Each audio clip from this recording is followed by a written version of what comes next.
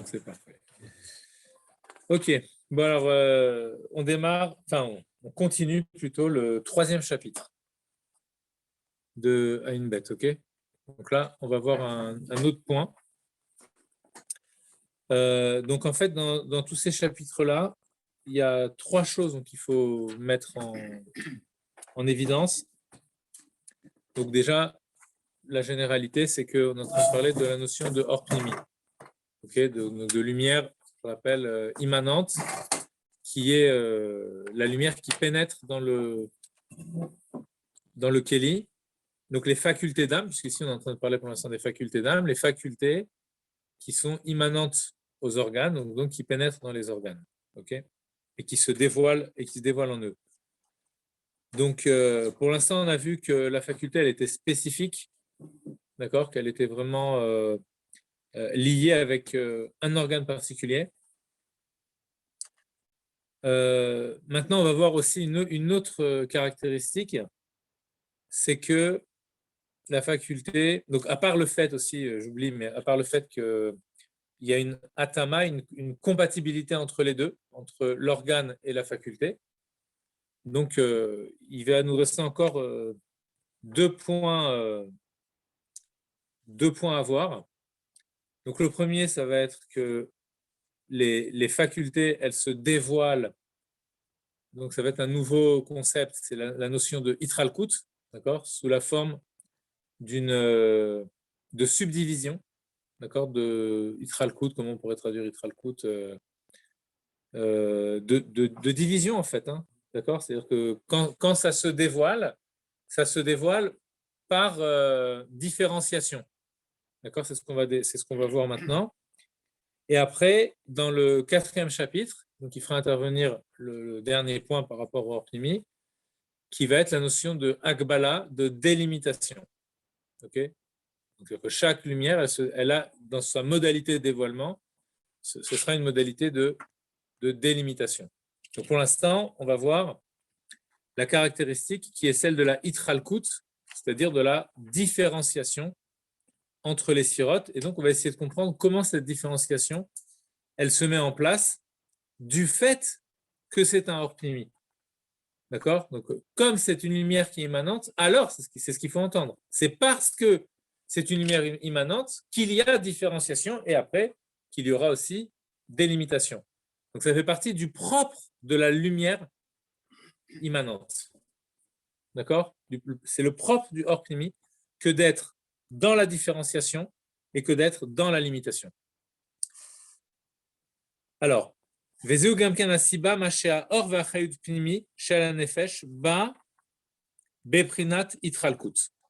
Et donc, c'est aussi la raison pour laquelle, donc, quand il dit c'est aussi la raison pour laquelle, c'est parce que puisque le Orpnimi est pnimi be'etzem, puisque la lumière, donc la force d'âme qui est conçue comme une lumière, est fondamentalement immanente, d'accord? On avait dit, elle est fondamentalement, elle est absolument relative. Vous vous rappelez ou pas cette notion-là? Il y a cette notion, le Orpnimi, c'est l'idée de la relation, mais on avait dit qu'en fait, la notion de relation, elle existait avant qu'il y ait de la relation. Okay, donc ça, c'était le Pnimi, ce qu'on appelle Pnimi Be'etzem, c'est-à-dire que dans son essence, elle est de l'ordre du relatif, même si elle n'est pas relative encore en acte. Donc dans l'essence, elle est relative à rien, parce qu'elle n'est même pas dans l'organe, donc elle peut pas être relative à l'organe. Mais si elle peut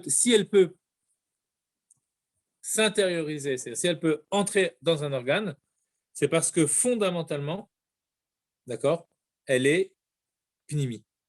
On avait dit, elle est absolument relative. Ça a l'air d'être un oxymore, mais voilà, on a compris, je pense, hein, s'il y a une question, vous me le dites.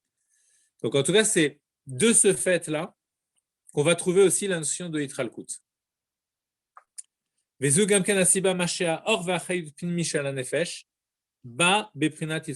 pourquoi aussi la lumière, c'est-à-dire la puissance vitale de l'âme, celle qui est pnimi, okay, qui est immanente, qui pénètre les organes, elle vient à se manifester donc sous la forme de la division. Bévaré à Gouf, elle se départage entre les membres du corps. Chez Enoshave, Bechol Evarim. Alors, qu'est-ce qu'on veut dire en disant qu'il y a Itralkut? Ce n'est pas simplement, on va dire, une des subdivisions dans le sens mathématique du terme, dans le sens où voilà, il y a 50 choses à séparer, donc du coup, on les partage de façon homogène dans le corps. D'accord? Il y a 10 kohot à. Je sais pas, le Nefesh, c'est un jeu de cartes avec 10 forces, et donc il faut les distribuer dans le corps. D'accord? C'est pas ça. La distribution, elle se fait de façon hiérarchique. Et c'est cela qu'on va entendre par Itralkut. Parce que sinon, ce n'est pas une vraie Itralkut, ce n'est pas une vraie division. La vraie notion de division, c'est quand il n'y a plus, c'est quand on a perdu la notion d'égalité. Okay? Donc, dans le Or Pnimi, il n'y a plus de notion d'égalité. L'égalité, on va la retrouver dans le Or Makif, dans la lumière transcendante. Mais dans la lumière immanente, il n'y a plus de notion d'égalité. On va voir que la force vitale qui se déploie dans le corps, elle ne se déploie pas de façon homogène dans le corps. C'est là qu'on va avoir de la Itralkut. Donc de la différence Itralkut, on pourrait l'appeler, on pourrait comprendre comme une notion de différenciation entre les différents organes. Donc ça va être une différenciation qualitative aussi. Share, Eino Dome, Or Vechaut Anefesh Kmo Sheu Barosh, Ukmo Sheu Bagouf. Donc si on compare dans le corps, si on compare les différents organes du corps, donc globalement, on va définir 3 zones, d'accord? 3 zones, une sorte de topologie comme ça du corps. On a le corps, le buste et les jambes. Okay, ce sera les 3 zones du corps. Donc on ne peut pas comparer. Donc le buste, c'est ce qu'il appelle ici le gouffre. Okay, le corps, c'est-à-dire nous quand on parle du corps, on parle du corps dans son ensemble. Souvent aussi, dans la terminologie de la chassidoute, quand on parle du gouffre, on peut parler de la tête aux pieds, ça s'appelle le gouffre.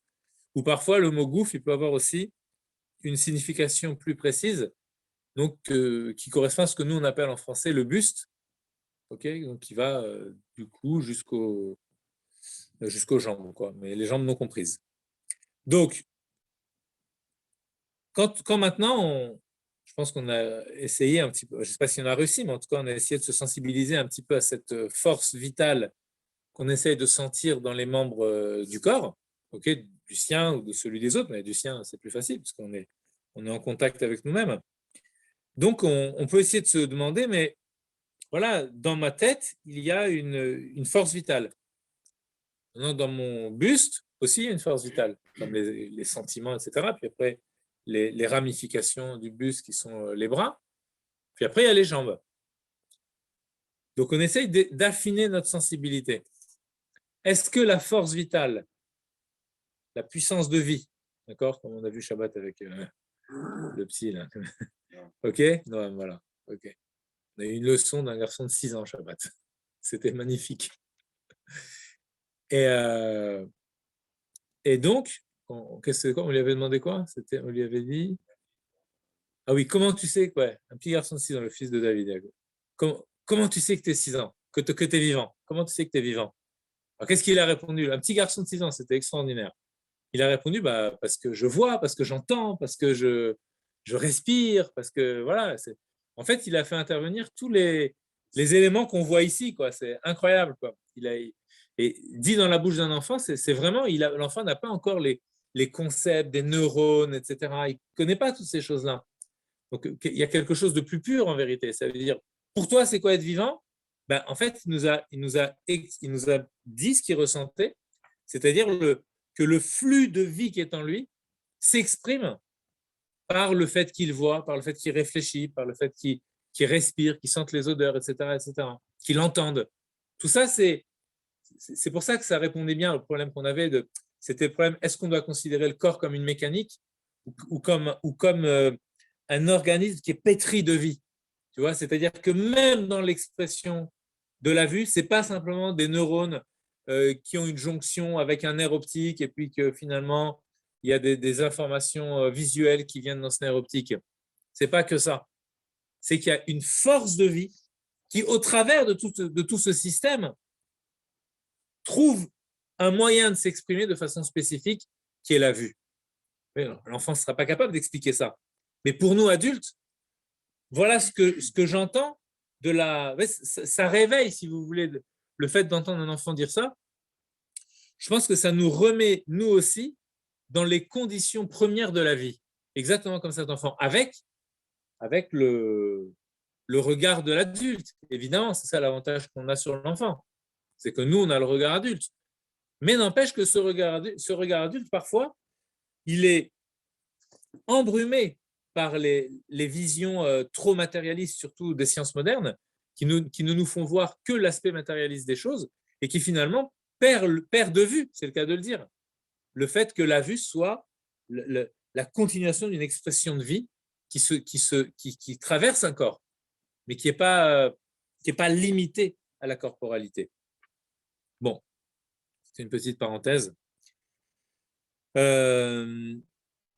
Donc ici, ce qu'on dit, c'est que quand on essaye de faire cette expérience de vie, de se demander, tiens, j'ai une puissance de vie dans ma tête physique, d'accord, donc dans ma tête, dans mon cerveau, il y a de la vie. Dans ma tête, il y a de la vie. Et je me dis, mais attends, il y a aussi de la vie dans mon corps. Oui, on essaie chacun de se représenter la vie qui est dans notre tête et la vie qui est dans notre corps. Et là, on se demande, mais c'est quoi la différence entre les deux? Est-ce qu'il y a une différence ou est-ce qu'il n'y a pas de différence? On va dire, bon, c'est de la vie. C'est tout, c'est de la vie. Alors d'un côté, on peut dire, si on est sur le principe même de la vie, là, on n'est plus dans le hors-pnimi, c'est plus l'immanence, c'est transcendant. On a de la vie, c'est partout pareil dans tout le corps. Mais si on regarde par rapport à la spécificité de la tête, la spécificité du buste, la spécificité des jambes, est-ce que la puissance de vie, le flux vital qui provient du nefesh et qui se revêt, c'est la hitlafshut, c'est le hors-pnimi, qui se revêt dans la tête, est-ce qu'il est le même du point de vue de l'intensité, du point de vue de la qualité, du point de vue de sa proximité avec l'essence de l'âme? Est-ce qu'il est le même que celui qui se revêt dans le corps? Et de la même façon, est-ce que celui qui se revêt dans le corps, est-ce qu'il est le même que celui qui va se revêtir dans les jambes? Alors, qu'est-ce que vous en pensez? On pourrait rapprocher ça. Ça reste la même force, la même puissance, Dieu est partout, mais des fois d'une certaine façon, mais ça reste la même essence. La même essence, on a dit, c'est l'essence de Dieu, elle est partout pareil, dans le Kodesh HaKodashim et au fin fond de la forêt amazonienne. Ça, elle est la même partout. L'essence de la Neshama, elle est partout la même dans tout le corps. Maintenant, nous, on ne parle pas de l'essence de la Neshama ou des kochot makifim, comme la volonté, etc. On est en train de parler du prisme dans la Neshama, c'est-à-dire, d'accord? C'est-à-dire que des forces, des rayonnements de la Neshama, d'accord? Des forces d'âme qui vont se revêtir de façon spécifique, l'une dans le cerveau, l'autre dans le cœur, l'autre dans les jambes. On généralise. Dans le cerveau, il y a plus qu'une force qui se dévoile. Mais globalement, la force qui se dévoile dans le cerveau, c'est spécifique au cerveau, donc c'est du hors-pnimi. Elle n'est pas globale dans le sens de la globalité, de l'homogénéité par rapport à l'ensemble du corps. Elle est quand même spécifique au cerveau. Donc, seulement vous pouvez couper les membres sans en même temps couper le corps du pêche. Ouais. Forcément, il est moins important là-bas. Dans le bras, c'est moins important. Tête. Donc la force, c'est là qu'on voit l'Eitralkut, exactement. C'est-à-dire que, en fait, dans la tête, c'est le lieu où le gilouï du nefesh, c'est pour ça que tu avais raison aussi en parlant de Tzimtzum, parce que justement, le Tzimtzum, c'est ce qui va déterminer la quantité de gilouï ou la qualité de gilouï. C'est par le Tzimtzum que se détermine la puissance du dévoilement. D'accord? Plus le Tzimtzum est fort, donc plus il exerce une pression sur le nefesh, et moins le nefesh se dévoile. Donc dans la tête, c'est là où le tzimtzum est le moins fort. Il y a déjà un tzimtzum puisque c'est du hors-pnimi, Pourquoi on est obligé de dire qu'il y a une force de contraction, d'accord, dans le Tzimtzum? Quoi? La partie elle est vitale, plus, Et quelque part aussi, oui. Après, moins c'est vital, évidemment, plus la lumière elle est restreinte. Mais pourquoi on est obligé de dire qu'il y a un Tzimtzum? On avait vu ça, on a commencé à le voir la semaine dernière. D'accord, il y a un Tzimtzum parce qu'en fait, ça revient à ce qu'on a dit au début du shiur. Ça veut dire qu'il y a le Or Pnimi tel qu'il est dans l'essence du Nefesh. Et là, il est la notion de relativité, mais prise dans son absoluité. D'accord, il n'est pas encore relatif relativement. Et donc, pour qu'il devienne relatif à quelque chose, il va falloir qu'il y ait un Tzimtzum. Parce que là, il reste encore dans sa dimension absolue. Il est dans l'absolu, il est dans le pur soi de l'âme. Donc, il a encore du soi, il n'est pas encore un soi relatif à une expression. Donc, c'est pour ça qu'on est obligé de dire que pour passer de l'absolu au relatif, il faut un Tzimtzum. Sinon, on resterait dans l'absolu. Parce que l'absolu, ça signifie quoi? Ça signifie pour soi. C'est ça. Dans l'absolu, il y a la notion de seul, de solitude. Donc, c'est être pour soi. Et donc, le relatif, au contraire, c'est quand on est en relation avec quelque chose. Donc, il faut que cette force-là du Or Pnimi, même si fondamentalement, elle est l'idée du relatif, mais pour l'instant, elle est encore dans l'essence de l'âme, donc elle ne peut pas être relative encore. Donc, il faut que le Nefesh opère sur lui, ou que Hachem opère sur le Nefesh, okay, sur l'âme, une force de contraction qui va venir, on pourrait dire, fissurer le côté absolu du Or Pnimi. Et donc, qui va le rendre relatif. D'accord? Le Tzimtzum fait que on perd de l'absolu et on rentre dans le relatif. C'est ça tout le principe du Tzimtzum. Alors, au début de la Torah, comme c'est quand on dit Bereshit bara Elokim et Hashamaim ve'et haaretz. Et le mot et, en fait, il n'a pas de traduction. Vous voyez, au commencement, Dieu créa. Donc, c'est un terme qui introduit un complément d'objet direct. En fait, c'est un terme qui met en relation un verbe avec un complément. Donc, si on s'arrête vraiment au tout début, Bereshit bara Elokim, au commencement, Dieu a créé. Qu'est-ce qu'il a créé? Et. Ouais. Vous voyez l'idée? Avant de dire avant de dire Hashamaim ve'et haaretz, avant de dire Shamaim ve'haaretz, il y a quoi? Il y a le mot et. Donc, c'est comme pour dire, avant de se mettre en relation avec les cieux et la terre, il crée déjà la notion de relation. Et ensuite, cette relation-là, elle devient relative au ciel et à la terre. Mais au départ, il y a déjà l'idée dans l'absolu de la relation. C'est pour ça qu'on dit que et, c'est toutes les lettres de Aleph jusqu'à Tav. Et en fait, les lettres de Aleph jusqu'à Tav, c'est l'idée de la relation entre le début et la fin. Donc, c'est vraiment Aleph jusqu'au Tav. Donc, c'est l'idée de la relation avec, en tout cas, la possibilité de la relation avec toute la création. C'est le et du début de la création. Après, on verra quand on parlera du Tzimtzum, du Horakav, etc. On verra que le Horakav, c'est aussi la lumière, le trait de lumière. On en reparlera plus tard, mais c'est juste pour déjà avoir une idée. Après le Tzimtzum, après la rétention première de la lumière infinie, il y a un trait de lumière qui jaillit dans l'espace à venir. Et ce trait de lumière, en fait, c'est aussi l'idée de la relation, ce qu'on appelle le Horakav. Voilà. Je le dis juste comme ça, on ne va pas insister sur ça maintenant, mais c'est important de le garder dans un coin de la tête parce que tout ce qu'on voit maintenant, en fait, dans le Or Pnimi, c'est un machal, en fait. Je ne sais pas si je vous l'avais dit dans l'introduction ou quoi, mais c'est un immense machal, d'accord, extrêmement détaillé sur le Nefesh, qui nous permettra ensuite de monter dans le Nimshal, qui sera justement la relation entre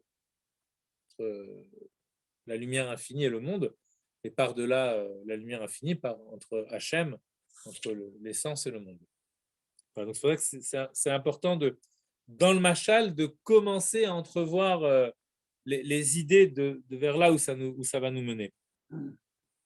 Et on retrouvera exactement les mêmes critères qu'on a ici. Ça, c'est très structuré en fait à une bête. Bon.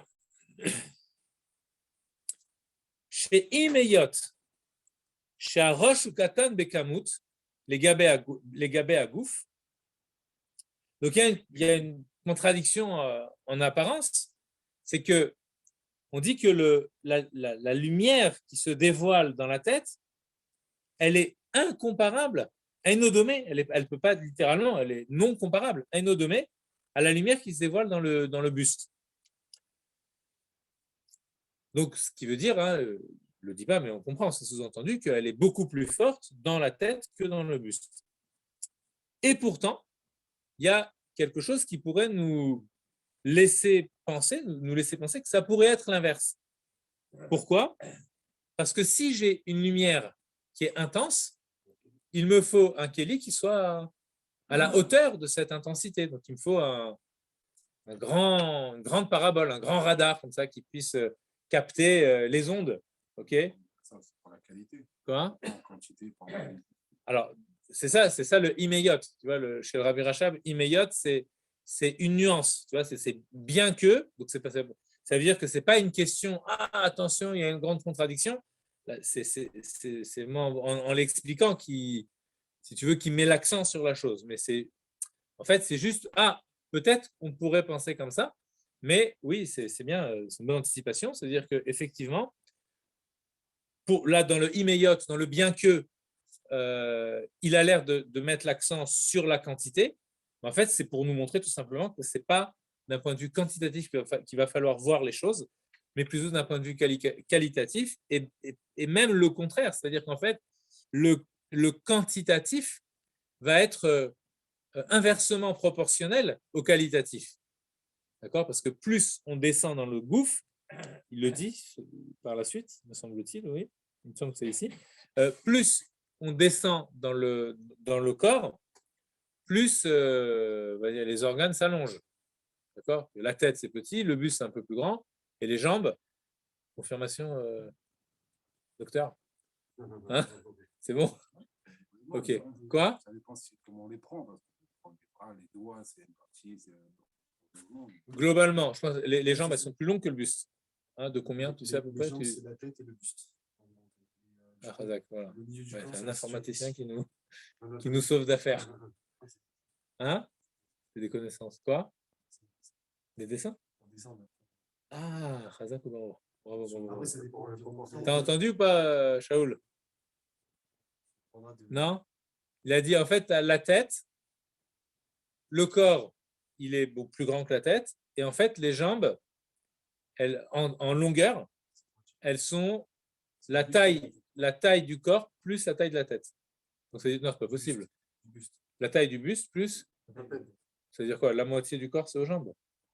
Après, ça dépend de chacun. Ça me paraît un peu. Il y aura des gens qui auront. Tu crois ça? La moitié, c'est aux jambes de la tête. Quand tu te plies comme ça. Ah oui, c'est vrai, quand on fait, quand ceux qui arrivent à se. Mais ça, c'est la moyenne. Il a raison, tu confirmes. C'est vrai, ça tout dépend de chacun. Ouais. C'est une moyenne. Non, mais en moyenne, d'accord. Non, mais c'est intéressant de voir ça, d'accord. Des plus petites jambes, des grandes jambes. Ouais. Ça change. D'accord. Mais en moyenne, c'est-à-dire quelqu'un qui a une proportion conforme à la moyenne générale de l'humanité, c'est à peu près comme ça, quoi. Mais c'est vrai qu'il y a des gens qui sont très souples et qui arrivent à se replier complètement. Finalement, leur tête, elle touche. Quand c'est un jean, je sais pas, Là, c'est. le bras devant, c'est à peu près la proportion du corps. Ouais, d'accord. Bon, en tout cas, ça va confirmer ce qu'on dit, que la tête, elle est plus petite, le buste plus grand et les jambes encore plus grandes. Bon. Et que, alors, vous allez voir, on va le voir après dans le texte. Alors, arrêt Icar, donc, bien que la tête soit le membre le plus petit, Bekamut, donc en quantitativement par rapport au corps, et pourtant, l'essentiel du dévoilement du nefesh, de l'âme, c'est dans la tête. Dafka, et précisément dans la tête. Pourquoi Dafka? On va voir. Alors que dans les pieds, la force de vie, elle est beaucoup plus faible. On voit que dans la tête, on a par exemple tout le rov des Chushim, c'est la majorité des sens. Donc on a la vue, l'ouïe, l'odorat, le goût, tout ça c'est dans la tête. Après le toucher, c'est dans le corps entier, mais quand même le toucher de la tête, il est beaucoup plus sensible que dans le reste du corps. Donc, on voit que tout ce qui a attrait à la tête, c'est beaucoup plus sensible. Donc, ça veut dire que la force de vie, elle est beaucoup plus dévoilée que dans le reste du corps. Alors,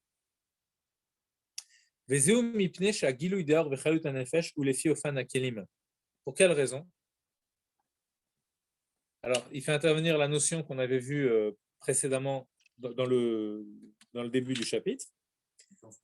C'est parce que le Kéli, il est beaucoup plus, ce qu'on avait appelé, vous vous rappelez la notion de raffiné, ok?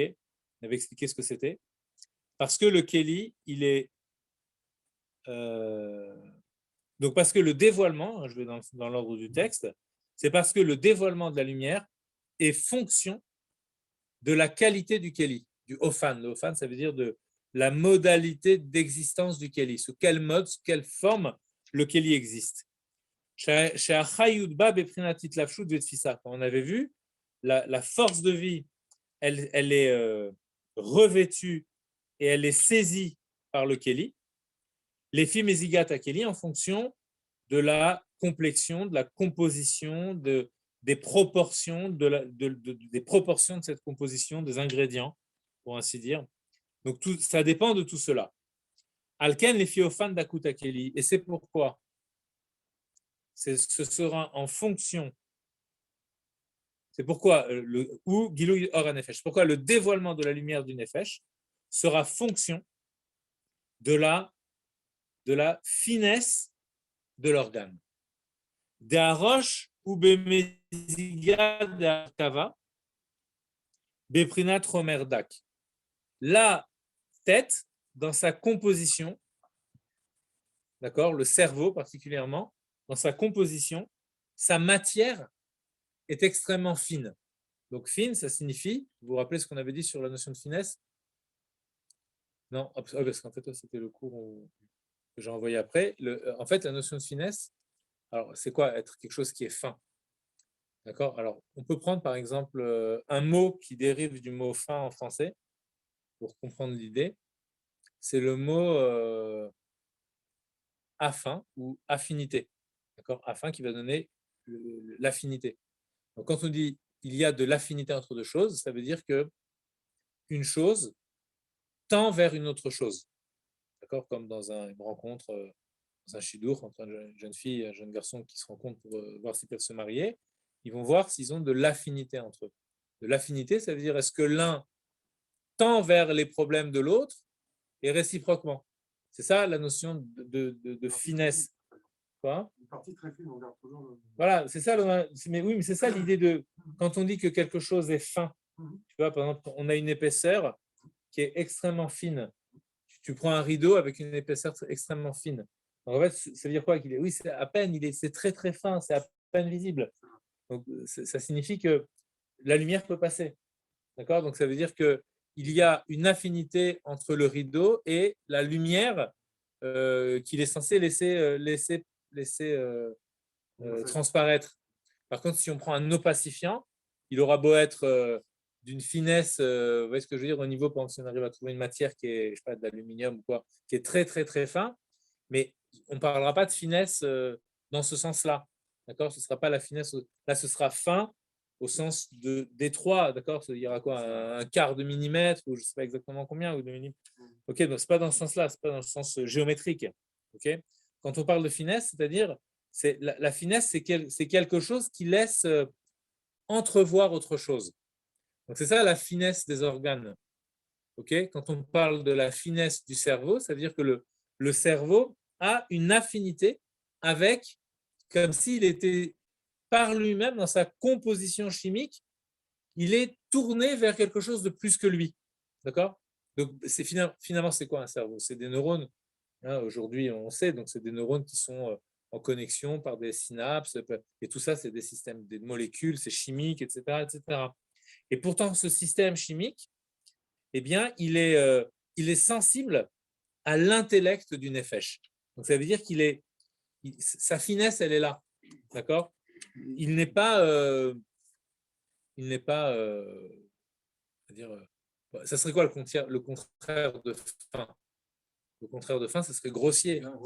D'accord? Qu'est-ce qu'on entend par grossier? Par exemple, même dans le langage trivial, d'accord? Le langage commun. On dit, ah, c'est un grossier personnage. D'accord? Ou, ah, il dit des mots grossiers. Ça veut dire quoi? Il dit des mots grossiers, c'est quoi? Pourquoi il y a des mots qui sont grossiers et des mots qui ne sont pas grossiers? Qu'est-ce que ça peut vouloir dire? Quoi? Un détachement du bien. C'est plus par rapport à Oui. l'autre personne. Quoi? Par rapport à l'autre personne. Oui, mais alors, donc ça veut dire quoi? Celui qui est grossier, ça veut dire quoi? Ça veut dire que Aussi par rapport à quelqu'un. non, mais pour essayer de définir sa grossièreté par rapport à lui-même. D'accord? C'est-à-dire, je sais que c'est par rapport aux autres. Il est grossier par rapport aux autres. Mais du coup, j'essaye de dire, ben, ça dit quoi de lui qu'il soit grossier par rapport aux autres? Ça dit quoi? Simplement. C'est-à-dire quoi? Quelqu'un qui est grossier, c'est-à-dire quoi? Qui, dans une assemblée, tu as la personne qui est raffinée, la personne qui est grossière. Qui tu vas remarquer? Qui tu remarques? Le grossier ou le raffiné? Pourquoi tu remarques le grossier? Le manque de contrôle. Le manque de contrôle. Mais le fait qu'il a un manque de contrôle, ça veut dire quoi? Comme tu dis, ça veut dire que son existence, je le traduis d'une façon différente, ok? Son existence renvoie à son existence. Vous voyez le truc? C'est ça l'idée de grossièreté. C'est quelque chose qui ne renvoie qu'à lui-même. C'est grossier, mais prendre la place. Donc. C'est ça gros. Tu vois, l'idée quand on dit gros, c'est pas. Tu vas avoir quelqu'un qui est très gros, mais qui est très raffiné. Alors, quelqu'un qui est fin, pareil, il est petit, donc on ne va pas le grossir. Ouais, ou tu as des gens qui sont très très fins et qui sont très grossiers aussi. Oui, d'accord? Fin, ça veut dire que le fait Voilà. d'être raffiné, aussi on va moins le Voilà. voir dans l'espace. Oui, il y a aussi cette idée-là. C'est-à-dire qu'en fait, c'est comme s'il va davantage, tu vois, quand tu le vois, à la limite, tu vois, tu vas te dire, mais qui je vois là? Tu vois, c'est comme si tu dis, voilà, je vois le rabbi. Tu vois, qui je vois? En fait, qui je vois? Quand je vois le rabbi, qui je vois? Je vois le rabbi? En fait, je vois la personne. Il y a deux façons pour les chassidim, tu vois. Quand je vois le rabbi, je vais dire, je vois le Rosh Béné Israël. Quand on dit rabbi, c'est Rosh Béné Israël. Je vois la tête des enfants d'Israël. Qui je vois? En le voyant lui, je vois tous les Béné Israël. C'est ça que je vois. Mais lui-même, il n'a même pas envie que tu le vois. Ou qui je vois? Je vois Hachem. Parce que lui-même, il ne renvoie pas à lui. Sa présence, le charisme du rabbi, c'est pas un charisme d'une personne, si tu veux, qui a un ego démesuré et qui n'a juste envie, qui n'a envie que le monde entier l'admire. Pas ça. Un rabbi, c'est pas ça. Un rabbi, quand on le voit, il a juste envie d'une chose, c'est tu me vois, tu penses à Dieu. J'ai envie que quand tu me vois, tu penses à Hachem, pas à moi. Quand tu me vois, tu penses à Hachem. Comme une fois, j'avais entendu dans un farmagan du Rav Asimov. Il avait dit, il était vraiment, à chaque fois, il expliquait comment le rabbi, il aidait tout le monde dans la Vodat Hachem. Et une fois, il y a un bachour comme ça qui a dit au rabbi, quand je mange, c'est un garçon qui voulait se raffiner. On a parlé de la tefila, de se raffiner dans la tefila la dernière fois. Et donc, lui, il sentait que quand il mangeait, il devenait grossier. Le fait de manger, alors, grossier, dans notre traduction, ça le renvoie qu'à lui-même. Ah, c'est moi qui suis en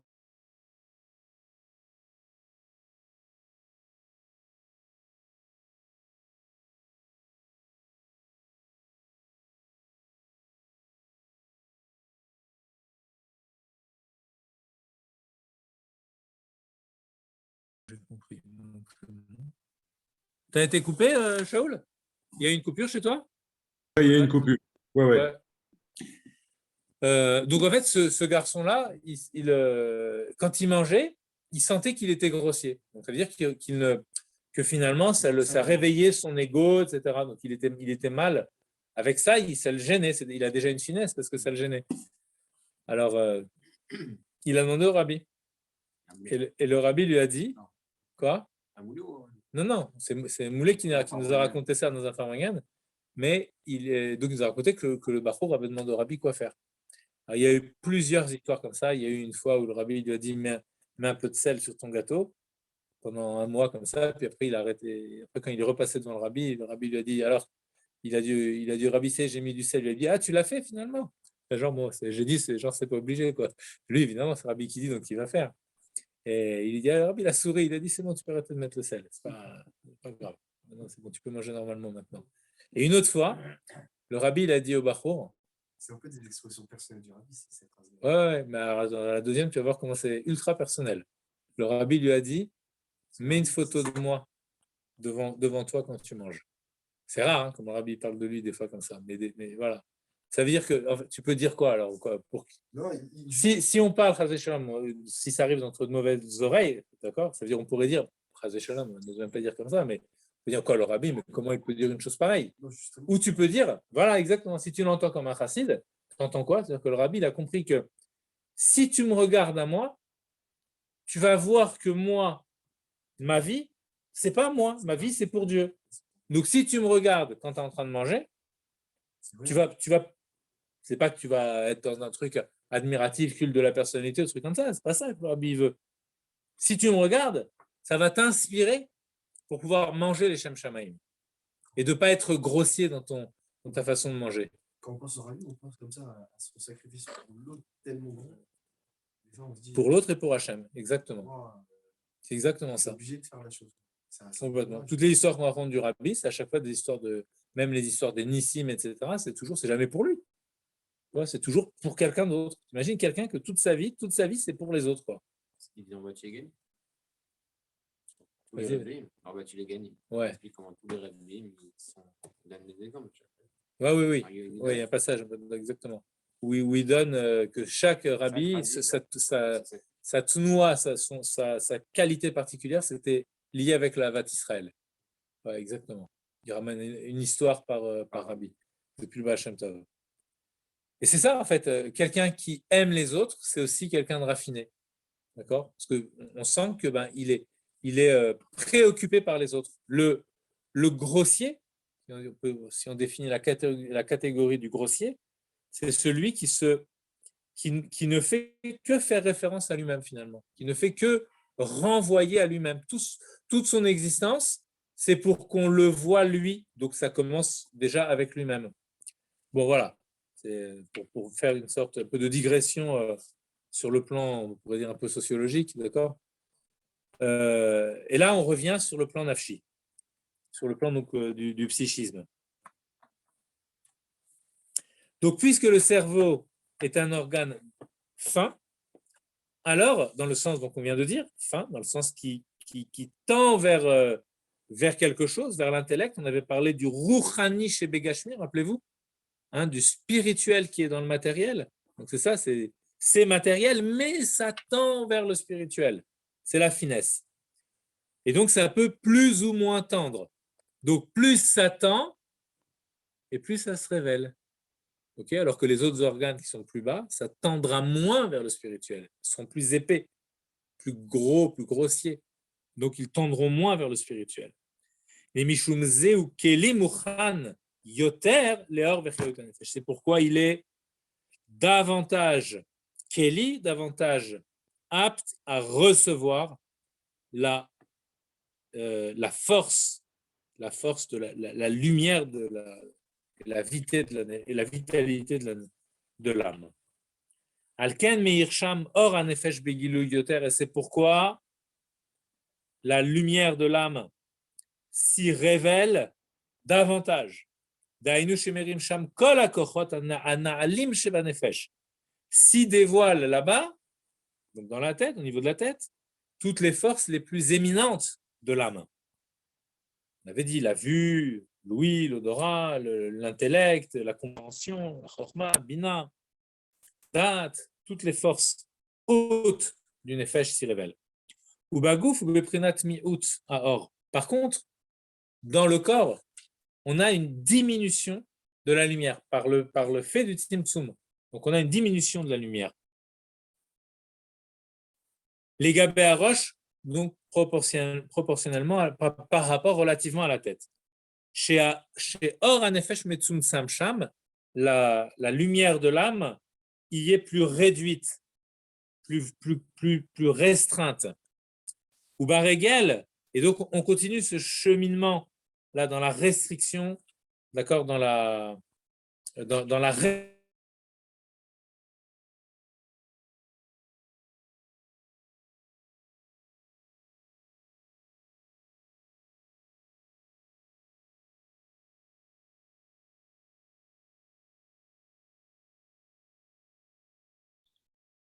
Patrick, c'est coupé. Patrick, c'est coupé. Allô? J'entends pas. voilà. Voilà, c'est bien ça. Là, c'est bon? Ouais, ouais. Là, tu m'entends là? Enlève Ok, la Wi-Fi, super. hein. Si t'es en Wi-Fi, enlève-la. Je ne suis pas Wi-Fi, je n'ai pas activé le Wi-Fi. Ok. Par contre, la lumière, la force vitale du nefesh, de l'âme, telle qu'elle est dans les pieds, donc on a vu la tête, le corps, les jambes maintenant, le chomer, donc la matière des jambes, elle est plus épaisse, plus grossière. On les voit, c'est ça l'idée aussi, c'est qu'on les voit davantage. D'accord? On voit qu'il y a une présence ici au niveau des jambes où c'est vraiment, c'est par les jambes d'ailleurs qu'on est là dans notre présence sur Terre aussi. On se dresse. Donc il y a vraiment une forte présence, d'accord? Comme si ça renvoyait à soi. Alken, gam oranefesh metsum sam sham beyoter, et c'est pourquoi la lumière de l'âme y est aussi plus restreinte. D'accord?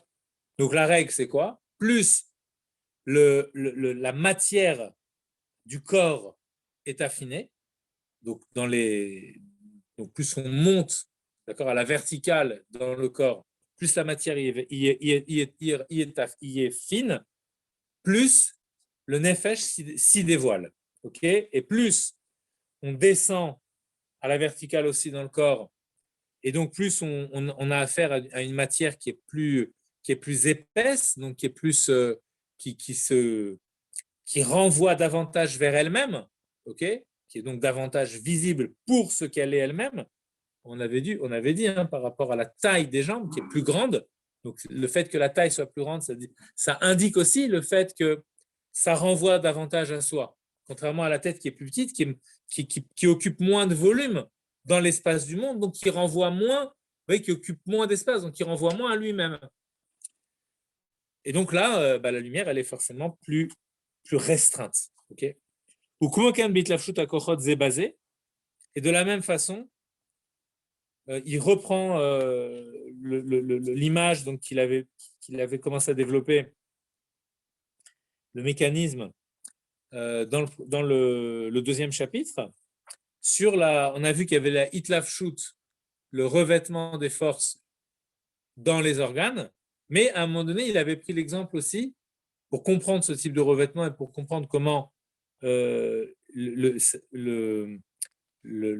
force se dévoile dans l'organe, il avait parlé du dévoilement des forces entre elles. Vous voyez, il y avait les forces et les organes, et il y a les forces dans les forces. Par exemple, le koach hatnua, la force du mouvement qui est dans la main, et la force de l'intellect qui est dans l'intellect. Eh bien, la force de l'intellect va se revêtir dans la force du mouvement. Et c'est comme ça qu'on avait compris la notion de dévoilement, parce qu'elle est plus perceptible quand il s'agit de deux forces qui sont les deux spirituelles, rouhani, qui sont les deux psychiques, de l'ordre psychique. Alors il dit c'est la même chose, cette notion de gradation dans le dévoilement des kochot, proportionnelle à la nature et à la finesse des organes, on va la retrouver aussi dans la relation qui existe entre les forces supérieures du nefesh et les forces inférieures. Shakoach ha'elyon mitlabesh bekoach hatarton, la force haute, ou kumo asechel shemitlabesh bemidot, comme par exemple la force haute, qui est celle de l'intellect, va se revêtir dans une force basse, qui est celle des sentiments, qui est basse par rapport à l'intellect. Okay? Et la force, elle peut se revêtir aussi, cette force de l'intellect, elle peut se revêtir non seulement dans les sentiments, mais elle peut se revêtir aussi dans la force du mouvement de la main, comme dans la force du déplacement des jambes. Eh bien, elle va là aussi être beprinat itralkut, ça veut dire avec une différenciation qualitative dans le degré de dévoilement. Donc, on l'avait vu dans le chapitre précédent, mais là, c'est confirmé par cette notion qu'on a rajoutée, qui est celle du tzimtzum. La lumière de l'intellect, elle se revêt dans les midot, ou bechinat chitzoniut asechel. C'est l'extérieur, c'est la dimension externe de l'intellect, puisque l'interne de l'intellect, c'est celui qui se revêt dans le cerveau et qui peut penser, rappelez-vous, des choses extrêmement abstraites, etc. Alors que lorsque l'intellect se revêt dans les sentiments, on est déjà intéressé puisqu'on va ressentir un sentiment. Donc forcément, c'est plus l'intellect par lui-même, c'est l'intellect tel qu'il s'abaisse à chercher un intérêt. Ça peut être un intérêt très noble et très louable. Hein. Quand on étudie la notion de prière, par exemple, la notion de tfila, on voit dans la chassidoute qu'il faut qu'il y ait aussi cette recherche intéressée dans l'intellect pour pouvoir aller raffiner les sentiments. Parce que si on reste que dans l'intellect purement abstrait, on est tout là-haut et finalement, on n'arrive pas à raffiner toute notre force émotionnelle et sentimentale. Et quand on arrive dans la force donc il y a l'intellect, il y a donc l'intellect tel qu'il est dans l'intellect tel qu'il est dans les sentiments, et ensuite l'intellect tel qu'il se déploie des sentiments vers la main. D'accord? Donc là, c'est le sechel, ce qu'il avait appelé l'intellect agent, dans le lachon d'Aristote. Okay? C'est l'intellect agent. L'intellect agent, ça signifie actif, en fait, celui qui agit. Okay? Donc, c'est l'intellect qui est en acte. Donc, c'est l'intellect qui permet à la main d'agir. Voilà. Mais c'est que ça, en fait. C'est juste la partie la plus externe. Chez Enze Atzmut HaSechel Klal, il ne s'agit pas du tout de l'essence même de l'intellect. Ve'etzem Maut HaSechel ou Bemoar Shebarosh, parce que lui, il est dans la tête, dans le cerveau. Ve'chen bish'are kochot kmo amidot ve'koach hatzunua gufa she'imsa beyad ve'gam beregel are eno beshave bahem. Et de même par rapport aux différentes forces qui sont réparties dans le corps, eh bien, ces différentes forces, elles ne sont pas d'égale intensité dans les différents endroits du corps, puisqu'on va avoir les sentiments et on va avoir la force de mouvement elle-même qui se trouve dans la main, dans les pieds. Areino beshave bahem. Deikar koach hatunua lif'ol ve'la'asot ou ve'la'asot davar ou bayad. L'essentiel de la force du mouvement, c'est dans la main, puisqu'on voit bien que la souplesse, d'accord, et la faculté d'agir, elle est précisément dans la main. Mais alors, dans les pieds aussi, on a aussi une force de mouvement. Quelle différence y a-t-il entre la force de mouvement des pieds et la force de mouvement des mains? Eh bien, il y a un tzimtzum entre les deux. C'est-à-dire que la force de mouvement des mains, elle est beaucoup plus polyvalente, d'accord? Et donc, il y a beaucoup plus de dévoilement, alors que la restriction de cette force, le tzimtzum, la restriction de cette force de mouvement, donne la force de mouvement des jambes qui ne permet que le déplacement, que la marche, la course, ou pour ceux qui travaillent, pourront danser ou faire des choses comme ça. Ou Iluch Levad, alors que dans les jambes, il ne nous reste plus que la force de la marche, contrairement aux mains, qui est beaucoup plus polyvalente. Vainu, Kelim, donc conclusion, c'est en fonction de la qualité du RR, de la valeur, de la qualité du Keli, donc du réceptacle, de l'organe, Ken mitzamtzem haor. C'est de cette façon-là que la lumière vechayut hanefesh bahem, et que la lumière, c'est-à-dire la force vitale de l'âme, se contracte, se restreint à proportion de la qualité de l'organe. Chez mitmaet, une madriga les madriga, et on a une dégradation, d'accord, c'est-à-dire une diminution de degré en degré. Et tout ça, c'est dû à quoi? Eh bien, c'est le propre du hors pnimi. D'accord? C'est la force est immanente et c'est la qualité de l'immanence que de se contracter et que de se dévoiler par degrés qui se diminuent à mesure de la contraction. C'est ça le propre du Or Pnimi, Ainu Kochot, Ainu Bechinat à Kochot Shebo. Et là, en expliquant tout ça, il a expliqué ce qu'on appelle les Kochot. Parce qu'en fait, à chaque fois qu'il y a une dégradation de la lumière, une diminution de la lumière, on a l'apparition d'un Koach différent. Comme on a vu, l'exemple est vraiment flagrant avec les mains et les jambes. On voit bien que le Koach Aïlour, ce n'est pas le Koach Hatnoa, mais en même temps, c'est une réduction du Koach Hatnoa. La force du mouvement de la main, par réduction, elle donne dans les jambes la force du déplacement. C'est une réduction, d'accord? Donc, on voit que la réduction produit la diversité des forces de la main. Et donc, la différenciation.